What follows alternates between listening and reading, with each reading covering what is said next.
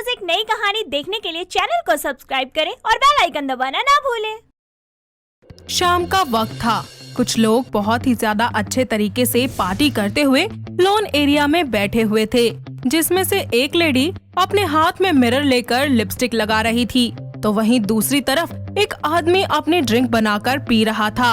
और तभी एक लड़की स्विमिंग ड्रेस पहने स्विमिंग पूल से बाहर निकलती है और जूस लेकर चेयर पर बैठ जाती है। उसी के साइड में एक हैंडसम सा लड़का ऋत्विक लेटा होता है और उसी समय वो अपने बीते ख्यालों में डूब जाता है, जहां उसका एक दोस्त हितेश उससे बोलता है, अरे यार सुनना, मुझे अपनी फर्दर स्टडीज के लिए विदेश जाना पड़ेगा। हाँ तो जा, इसमें इतनी परेशान होने वाली क्या बात है जो तू ऐसे कर रहा है। अरे यार प्रॉब्लम यह है कि मैं एक लड़की को ट्यूशन पढ़ाता हूँ और वो लड़की बहुत अमीर घर की है। उसका नाम कृतिका है, लेकिन मैं उसे अब पढ़ा नहीं सकता, मुझे जाना होगा। तो क्या तू मेरी जगह उसे पढ़ा देगा? क्योंकि तुझे भी तो मेरे जितना ही एक्सपीरियंस है ना। सच में तू मुझे लगवा देगा?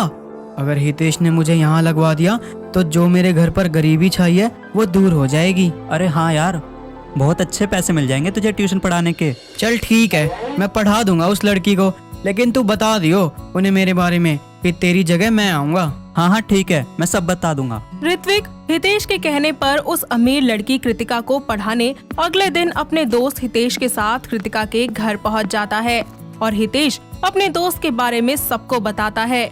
उसी दिन शाम को हितेश अपनी पढ़ाई के लिए विदेश चला जाता है और ऋत्विक उसकी जगह पर कृतिका को पढ़ाना शुरू कर देता है। ऐसे ही एक दिन वो उससे कहता है, कृतिका, तुम जानती हो मेरा नाम? मेरे दोस्त ने तुम्हें मेरे बारे में बताया था क्या कुछ? जी बताया था, लेकिन मुझे आपका नाम नहीं पता। Okay, I introduce myself, I am Ritvik and मैंने DU से मास्टर्स किया है। Okay sir. ओके देन, तुम्हें जहाँ लगे कि समझ नहीं आया वो दोबारा पूछ लेना, हेजिटेट मत होना। इतना कहकर ऋत्विक उसे पढ़ाने लगता है। उसे पढ़ाते हुए एक हफ्ता बीत जाता है। इसी बीच अचानक से कृतिका के पापा राजेश को उनका ड्राइवर हड़बड़ी में आकर कहता है, साहब जी, मैं बहुत बड़ी मुसीबत में हूँ, मुझे तुरंत अपनी बीवी के पास गांव जाना पड़ेगा, उसकी तबीयत बहुत खराब है। ठीक है जाओ, अब दूसरा ड्राइवर इतनी जल्दी कहाँ से आएगा? ऐसे तो हमारे सारे काम अटक जाएंगे। पास बैठा ऋत्विक जो कृतिका को पढ़ा रहा होता है वो राजेश की बातें सुन लेता है और फिर बोलता है, सर मैं जानता हूँ एक ड्राइवर को, बहुत भरोसेमंद आदमी है, 20 साल का एक्सपीरियंस है उनको। अगर ऐसा है तो बुला लो और आज शाम को ही बुलाओ। Okay sir. राजेश के कहने पर ऋत्विक कालीचरण नाम के व्यक्ति को ड्राइवर की जॉब के लिए बुला लेता है। राजेश उससे बातचीत करके उसको जॉब पर रख लेता है। ऐसे ही एक दिन मौसम खराब होने की वजह से ऋत्विक को अपने घर जाने में देरी हो जाती है। तभी राजेश उसके पास आकर कहता है, अरे ऋत्विक, लगता है आज ये बारिश नहीं रुकेगी, आज तुम यहीं रुक जाओ। घर कितनी दूर है तुम्हारा? सर 4 घंटे लग जाते हैं। ओह, ये तो बहुत ज्यादा है। कोई नहीं सर, मुझे आदत है। वैसे तुम चाहो तो हमारे घर रुक सकते हो और हर संडे अपने घर जा सकते हो। इस तरह ऋत्विक कृतिका के घर पर ही रहने लगता है। वक्त गुजरता जाता है। एक दिन कृतिका कुछ लिख रही होती है कि उसका पेन खराब हो जाता है। वो दूसरा पेन लेने के लिए जा ही रही होती है कि फिसलकर गिर जाती है, मगर ऋत्विक उसे संभाल लेता है। दोनों एक दूसरे की आंखों में खो जाते हैं, लेकिन तभी ऋत्विक को किसी के आहट की आवाज आती है और फिर से दोनों पढ़ने बैठ जाते हैं। उनके कमरे में उसकी माँ मोना आ जाती है और बोलती है, अरे बेटा, और कितनी देर तक पढ़ाओगे कृतिका को? बस मैम, हो ही गया। ओके बेटा, तो तुम दोनों नीचे खाना खाने आ जाना। कुछ देर के बाद सभी खाना खा रहे होते हैं कि मोना अपनी नौकरानी धनिया से कहकर किचन से खीर मंगवाती है और वो जैसे ही खीर खाती है जोर से खांसने लगती है। कृतिका अपनी मम्मी को पानी पिलाकर उनसे बोलती है, मॉम, आप ठीक तो है ना? आपको अचानक खांसी कैसे आने लगी? कृतिका बेटा, वो खीर। मॉम वेट, मैं चेक करती हूँ। ओह शिट, इस खीर में तो बादाम है। धनिया, धनिया, इधर आओ।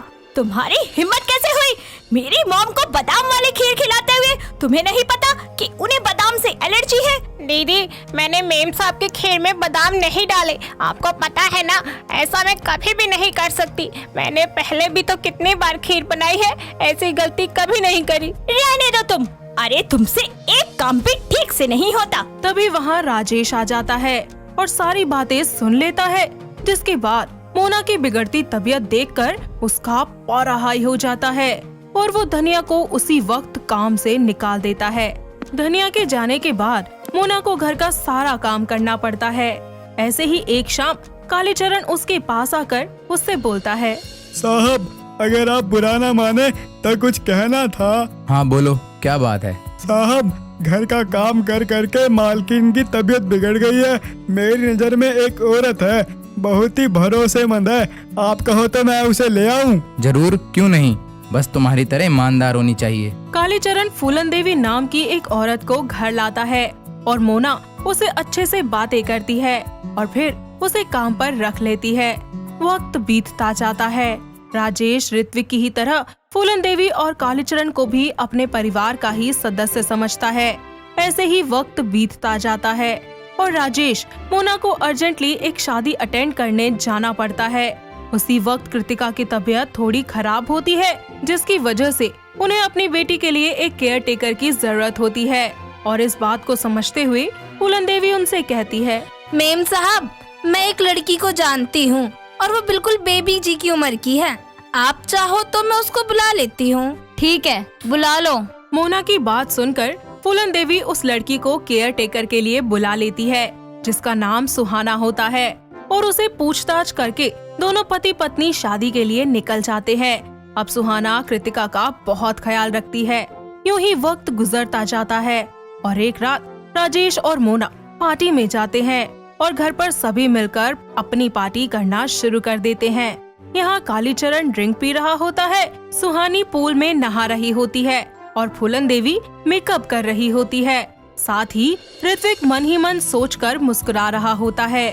तभी फूलन देवी उससे कहती है, वाह मेरे बेटे, शाबाश, बहुत अच्छा काम किया तूने।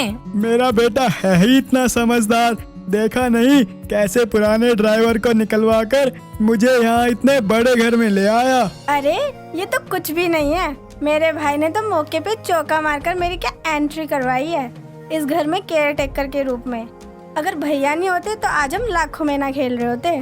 तभी वहाँ पर कृतिका आ जाती है। लेकिन आप सब भूल रहे हैं कि ये मेरे बिना पॉसिबल बिल्कुल नहीं हो सकता था।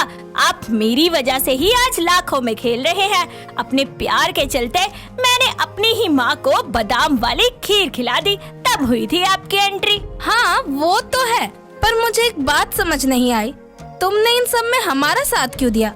मतलब तुमने अपनी माँ को ही एलर्जी वाली खीर खिला दी? क्योंकि आंटी, मैं आपके बेटे से बहुत प्यार करती हूँ, इसलिए मैंने उसकी मदद की। क्योंकि मेरे मॉम डैड कभी इस शादी के लिए राजी ही नहीं होते। मतलब तुम सब जानती थी?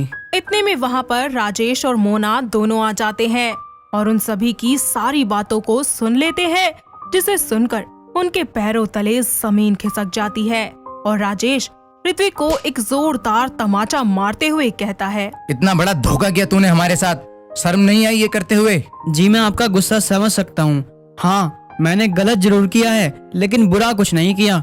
मैं और कृतिका एक दूसरे से बहुत प्यार करते थे, पर मेरी गरीबी देखकर आप कभी उसकी शादी मुझसे करवा ही नहीं पाते, इसलिए मैंने ये सब किया।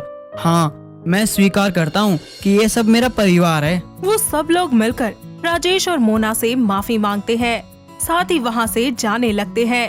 तभी राजेश उन सभी को रोक लेता है। इसके बाद वो कृतिका और ऋत्विक के रिश्ते को स्वीकार कर लेता है।